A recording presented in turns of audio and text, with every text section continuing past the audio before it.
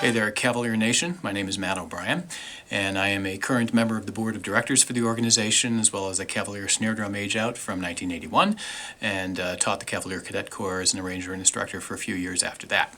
So we wanted to give a little love today to the Cavaliers from 1984.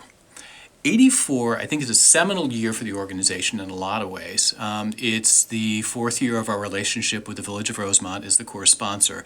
So there's a level of financial security that the organization really has not had for a while, which in turn allows Adolph DeGraue, who was the core director back then, and his staff to go out there and start making some key hires and changes in the programming. So the two most obvious are the new Cavaliers uniform. This was the first iteration of Michael Cesario's look for the Corps, and I think if you want proof that you hit it out of the park the first time, if you look at it 35 years later and basically the same design has been played up and changed a little bit, but it's still primarily there, you know you did it right the first time. I think the other big change that you notice is that we brought in a couple of really talented key individuals in the music department, with the addition of Jim Campbell to write the percussion book and Tim Saltzman to write the brass book. And Steve Brubaker had been designing drill for the Corps for a few years prior to that, and the visual program in 82 and 83 was really the thing you looked at and said, okay, well, that's definitely cutting edge. Musically, it was lagging a little behind. And so the addition of these two individuals with their much more classically trained backgrounds and their knowledge of contemporary symphonic and winds music starts changing the direction of the Cavaliers programming.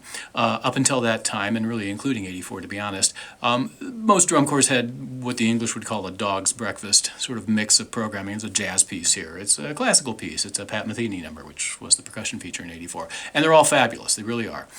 But it doesn't really mean anything. It doesn't really hold together in any sort of significant way. And I think when you look at the closer of Respighi's Pines of Rome, you start getting a sense of where this new team is going to be taking the Corps in the years ahead.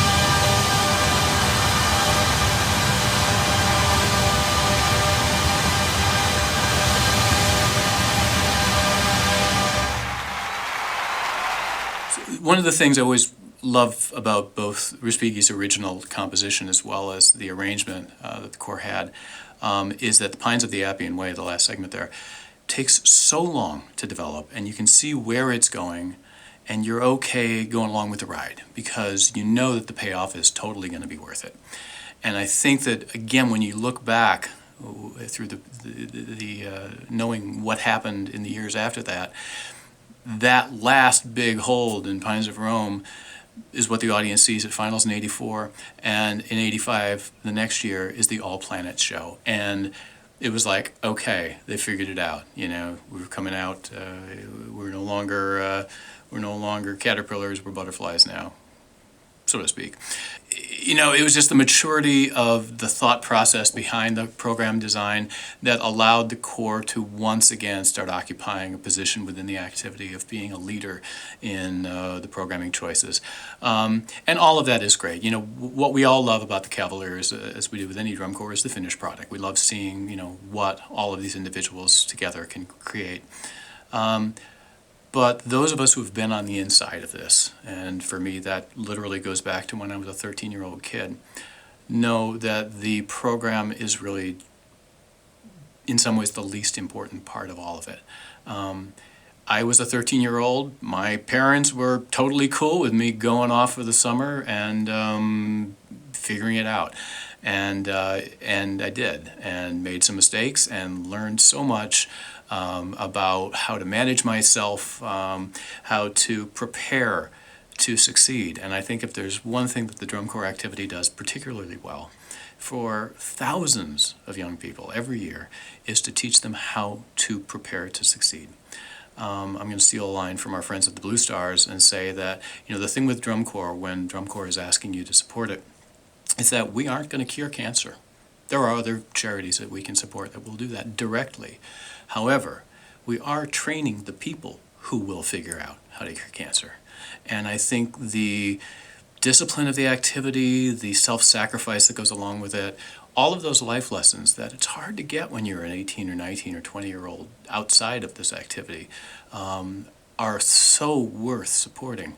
So certainly with the current situation, it's a little scary for all of us. Certainly my primary job is in the performing arts, and my entire industry's been shut down, just as drum corps has been shut down, as I'm sure many of you are seeing the same sort of thing in your own businesses. And it's scary, but we are going to get through this. And our primary goal with the Cavaliers right now is to make sure that the organization can get through this year and go into fall of 2020, preparing for 2021, whatever that's going to look like, in the best shape we can possibly be in, ready to bring back the members who were going to perform this summer and give them the Cavalier experience that they all signed up for. And so I'm going to ask you right now, as we hit these closing days of this campaign, which is working really well, and I appreciate everybody who's already come in, is to join us with either a 72 or, if you can, a $720 commitment towards the Stimulus-72 campaign. I will guarantee you, as a board member and have been around this organization for almost 40 years now, your dollar is respected. It will be used exactly the way you would want it to be used if you had the choice in terms of how it was being directed. Monty Mast and the executive team, as well as the rest of the board of directors, have been really smart about looking forward and seeing where this was coming months ago, so that we prepped. They did everything they needed to do behind the scenes to make sure that we're going to survive this, but we are still going to need some help to get there.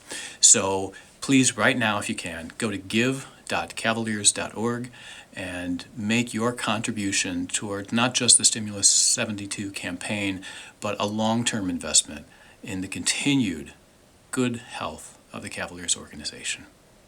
Thank you.